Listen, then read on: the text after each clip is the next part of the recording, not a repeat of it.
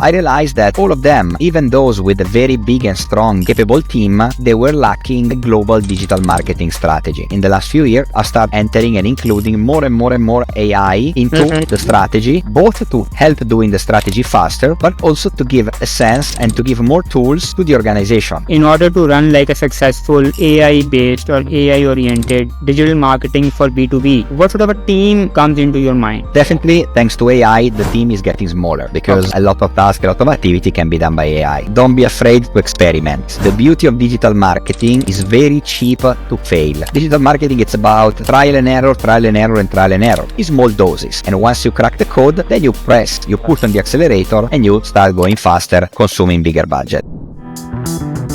Hello everyone, welcome to BetterTech. So today I have Professor Christian with me. Hello Chris, how are you today? Hi Haseeb, all amazing. Thank you so much and great to be in your podcast. Absolutely, looking forward to hear from you. So Chris, before we get started, can you give a quick intro about yourself? Sure. Let's say that I started launching digital marketing campaign in 2003, so 21 years ago. And I was working for Oracle at the time. And again, even a company like Oracle, they were not using any digital tools to get more clients aside of the CRM, which was also obviously Oracle. And then I realized why we cannot do something about it in order to increase sales. Because that was my job, that was my role, and the more I sell, the more commission I was making. And that's how I started. And then many years later, I find myself doing the same thing for so many organizations that I decided to open my own agency. So since 2010, I'm running ESD, which is my digital marketing company. But again, to be honest with you and with all of the listeners here, it was not an easy journey at all. Simply because I believe so much in digital marketing, but I was the only one. I was the crazy guy doing crazy things that nobody understood back in the day. So I realized that what's the best way to convince the world that this is the way forward. So I became a speaker. And then I became a lecturer, a trainer, and I started teaching for a lot of organizations in order to make sure that everyone realized the power of all of these tools. Until in the last 5 or 6 years, I came across as well so many people believing that artificial intelligence was going to be the future, even though I was doing it AI programming already back in the university days. So again, that's, in the year 2000, I was still running AI. I was already running AI stuff. And so I decided, I believe that this is going to be quite strong for the next several years. And I started digging down more and again, helping organizations understanding what they can do with AI in order to increase the performance of the team, to increase the ROI of all of activities, marketing activity and not only, and help senior level executives, including C-level, to understand what's in it for them of all of this buzz about AI that everyone is talking about. So you said that you did a campaign for Oracle, B2B campaign. So was it the first campaign that you did directly for Oracle, or was it like a sequential, or you can say a linear journey that ended you in Oracle? Actually, the funny stuff is that when I explained at the time my idea to the marketing team, they didn't got it at all. Because they say, now look, we are a B2B company, this thing doesn't work for us, it's not for us, etc., etc. And then I would say, I was a little bit disappointed. But obviously I can understand that a corporate, a Fortune 500 company doesn't simply try things and throw money right and left just to see how it goes. There are procedures, there are policy, etc., etc. But back in the days, my country manager, they gave me a budget to try. And that's it. And that's how I put a budget in, I ran a campaign, and it turned out to be quite effective. So you have touched on that AI is going to play a very crucial role in digital marketing, or it has started to play a crucial role. So how do you see that coming? Have you seen some strategies where AI can be leveraged, or have you seen it evolving, or is it already in place, or is it's just a starting point? Right. Actually, I always knew that there was a lot of AI tools behind the curtains. As even sometime I got asked by Google itself in Silicon Valley to give my opinion to some of the new features that were gonna appear in Google Ads and they were going to be more and more and more automated, more and more AI. And some of them were absolutely crazy advanced, other than they were okay. But again, the user were most of the time unaware about all of these tools. Simply, you use an interface, you use a system, you use Google Ads, you use something else, and you don't know what there is behind. You just know that you launch a campaign and the campaign runs. And sometimes, even if you don't spend so much time, the campaign runs anyway, even without your expertise. And that's much different than what it used to be at the beginning. Because at the beginning, it was 100% manual work. So there was no automation whatsoever. It was a lot of heavy work. So this is what I noticed, that every few months, every few years, there were more automation, more automated systems, more you just do something and the system does it for you. Which again, I don't like it too much because I like to have the 100% of control of what's going on, rather than let a computer decide, and then I'm not sure if the message that's going to come out is going to be okay or not. Especially when the client are asking me, so can you show me where the website is appearing, where my banner is appearing, and I have no answer. That's very bad because I have no way to show the client where it was coming. So, I mean, that when you were doing digital marketing in the very beginning, then with the introduction of AI, as you have said, things have started to evolve. Have you seen the digital strategies or the marketing strategies take a shift after the introduction of AI in this space? Actually, I was the one contributing to the shift because more than 6 years ago, I realized that whether I was having clients and with my team, we were running campaign for them, or I was teaching clients, chief marketing officer or huge organization, how to do digital marketing, etc., etc. I realized that all of them, even those with a very big and strong, capable team, they were lacking a global digital marketing strategy. That's why I created my own process, just to go through a certain amount of steps to make sure that any organization, if you are a small startup, or you are a Fortune 500 company, or you are a government entity, you can have something that yourself, your team, your supplier can execute over the course of at least 1 year, rather than trying a little bit of this and a bit of that like many organizations. So that's what I started doing it back in the days. And then in the last few years, I started entering and including more and more and more AI into the strategy, both to help doing the strategy faster, but also to give a sense and to give more tools to the organization in order to be able to do more in less amount of time and with less resources. Okay. So for another thing really is that in order to run like a successful AI based or AI oriented digital marketing for B2B segment, you can say, what sort of a team comes into your mind? I mean, typically it's like a one-man show, or you think that there are going to be multiple roles running this successfully. How do you see that? Right. So definitely, thanks to AI, the team is getting smaller because a lot of tasks, a lot of activity can be done by AI. And then we have seen it even a few months ago with the fact that even Google start firing something like 5,000 employees or something like this, simply because of AI. Because now the job of a lot of individuals can be done by computers. And that's the same happen in the digital marketing department. I saw a lot of content writers disappearing because now, even if I don't know how to write, AI can write much better than the majority of the content writers. So again, cut down the cost and speed up the job for those that they know how to write.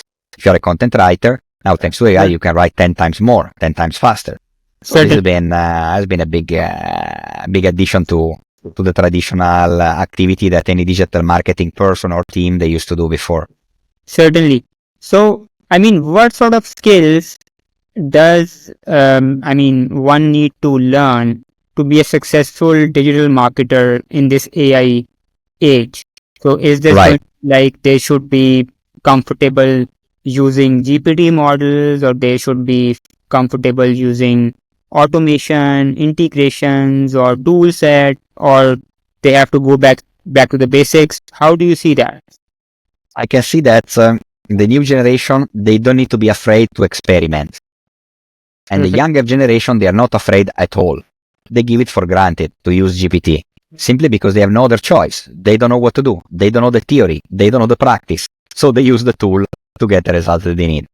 And the experienced marketer are the one with the majority of the problems because they find that the technology is eating their life and their job. And they're the one most afraid about using GPT, etc. But again, every time that they play a little bit with it, after one day, they are fully sold. So there is no other option. And then because they have the basic, they have the principle, they have the knowledge about how to do things without technology. So with that, they can do simply 10 times faster. So it's just a benefit for everyone. But again, for people that are learning, they need to start learning a bunch of completely new tools that before didn't exist. So I always do the metaphor with the Microsoft Excel. Imagine how was your life before Microsoft Excel. Right. That was quite tough, right? Yeah. And imagine if you were an accountant. How can you do things? With the big book of accounting and do things manually with pen and paper. Now, with Excel, is not even a question. You can be a mediocre accountant, still with Excel, you do a lot. And that's the same. With the digital marketing, with the current AI tools, a mediocre marketer or a newbie in marketing, they can do great. So, I mean, you have been doing this digital marketing, leveraging AI tools for quite some time now. And customer engagement, I mean, is really one of the key components of any successful marketing strategy or campaign, as you can say. So in your working experience so far, what is one of the most interesting campaign or use case that you have leveraged using AI within the marketing domain? Right. I mean, I see, for example, one of the trend now is the hyper personalization. This is something that I'm using for more than 3 years. So actually, instead of sending the same message to everyone, the message is going to be absolutely customized and personalized for every individual, based on preferences, on information, based on your LinkedIn profile, etc., etc. So basically, my message is going to be much more compelling, rather than use one message fits all and try to convey the same message to everyone.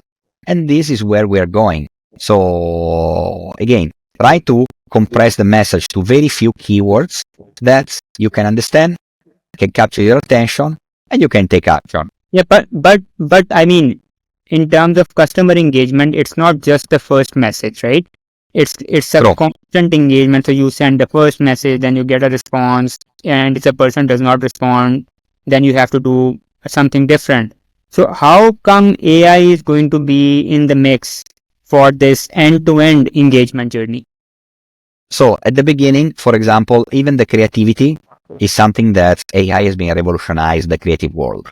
And now even Google, Meta, Twitter, X, or TikTok, they all adopt crazy AI technology to help somebody with less experience to do more and to do better. This is something that I've seen for many, many, many years as well in Google. Since in Google banner ads, in Google digital display ads, you used to create, you give the creative to the graphic designer, they design a banner, and then you upload on the platform and you put it live to get clicks. But then we realized that by using the systems provided by Google that automatically generate banners, even if they are not so catchy and great looking like a graphic designer, they perform sometimes 5 times better than an absolutely perfect banner. So then we realized that, again, this was a game changer. And again, as much as graphics designer or creative people or head of creatives or head of brands, they like to stick with their traditional brand design, etc., etc., it turned out that the simple, stupid banner but created by AI perform much, much, much better. So that's a change. That changed a lot. And when you talk about engagement, I mean, if you post something and you get 10 times more click, you get 10 times more engagement straight away without thinking. So, I mean, as you are doing marketing, you are using AI, you are collecting customer data, and then you are making decisions, leveraging AI based on the customer profile, persona, etc. So there are some ethical considerations related to data as well as BII or other information. So how do you think this ethical boundary exists in this whole mix? Right. So we have seen in American politics campaign, and not only American politics, that AI allow a huge manipulation of the facts and allow the creation of massive amount of fakes in a very short amount of time with absolute zero skills that introduce the total unethical advertisers or total unethical marketing. Or in the same way, we have apps that they generate user-generated content that looks absolutely real. Somebody that looks like you and can say that, oh, this mobile phone is amazing, I like it, and blah, blah, blah. So that's it's a game changer because in one side, we see, oh, I don't need to hire a person to do the shooting. If I'm not good looking, I can just use AI to do the video presentation of my product for me. But in the other side, technically, we are cheating the consumer because the consumer might believe that you are a real user and you are happy about it. And because you're happy, I'm going to buy the product. Where in fact, you're not happy. You are not even real. So this is something that's starting having some ethical debates in marketing. Then again, if you are a funny product and you use the face of Tom Cruise or whatever, clearly everyone knows that he's not Tom Cruise. You are a fake. But you do it in a funny way, it could be funny. But once people start pretending that it's really The Rock or Tom Cruise using a product or something like this, then start becoming a little bit a sensitive topic. For sure. So another thing is that, say for example, I mean, there are different channels, there are different mediums through which this B2B marketing can be achieved. In your experience, when using AI, what are some of the main platforms that you can suggest which could be used in B2B marketing? Right. For me, B2B has been always LinkedIn. That's why I'm very, very focused on LinkedIn. And I got now a lot of extremely powerful connection because I post relevant stuff and they connect with me. Again, I don't need to have 1 million followers. At the moment, I have just above 30,000 direct connections, but I can probably say that I'm one of the largest B2B influencer because directly connected with my LinkedIn, there are 9,000 CEOs, 5,000 presidents, and 2,000 chairmen. Okay. Where I can send a message directly to each one of them. Again, I don't need 1 million follower based everywhere in the planet that they're never going to care about my services. I care about that specific focus of people, of target audience, and that's what I got. And that's why for me it's crucial. Even though we know that the biggest platform is at the moment still Facebook. But again, everyone is in Facebook, even though people are not active anymore. And that's why everyone is in Facebook, but they don't get in. They don't log in. They don't see the content every day. Like, for example, people they do in TikTok. Or, in my case, for that type of audience that I get from LinkedIn. Of course, I'm in TikTok, in Instagram, in all of the platforms, but because I need to be. Simply because I'm teaching digital marketing, I'm in that space, and everyone expects me to be in all of the social media platforms. Even though for me, social media, it's a completely different game. And I'm not using it to get clients for me personally.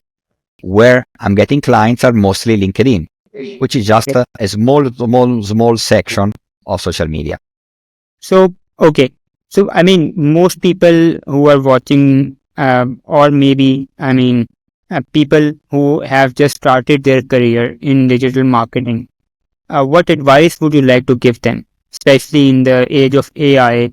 Like what sort of tools they should learn, what sort of skills they should focus on, where they should basically invest their energies? Right. First of all, don't be afraid to experiment. The beauty of digital marketing is that it's very cheap to fail. If you are hired by a big marketing company or by a big company to do the marketing department and you do one big failure, you can waste $1 billion money of your clients or of the company that you are working for. But in digital marketing, it's all very simple. You start with small step, small amount, small little kills, and you see what goes. If you see what works and we see what doesn't. So it's very cheap to fail. And nobody has always achieving success in digital marketing. Digital marketing, it's about trial and error, trial and error, and trial and error. In small doses. And once you crack the code, then you push on the accelerator and you start going faster, consuming bigger budget. So this is basically my biggest take. Also, and try to understand more and more and play more with ChatGPT, with LLM, and understand better how machine learning works, the basics of it. Because you are using one of the most powerful tools like ChatGPT that has ever been created, and you need to understand at least what there is behind. So not to get any surprise if sometimes something doesn't go as expected. And then another tool that I believe that's, or another concept that I believe that every newbie should master is the concept of automation. Because it's not just about doing things better. It's about how can we automate repetitive tasks that I don't want to do every single day. I want to have something that automated for me.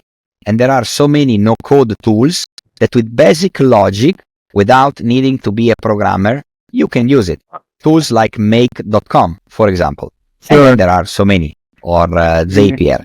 And then, depending on how geek you are, you can put the boundary by using some more advanced tool, or you can stay on a more simple one like Zapier, which basically it's like a step-by-step tool. You set up your things, and then he does the job for you. Great. So, Christian, thank you very much for your time today. Really appreciate it. I thoroughly enjoyed the conversation. It was so much to learn about. And I hope that the audience basically implement some of the AI in their B2B marketing strategies and get the maximum benefit out of this technology and excel further. So thank you again. Very good, Haseeb. I look forward to hosting you again sometime. Very good, Haseeb. All right. Have a lovely day. And in Italy, we say arrivederci. Bye. Thank you. Bye-bye.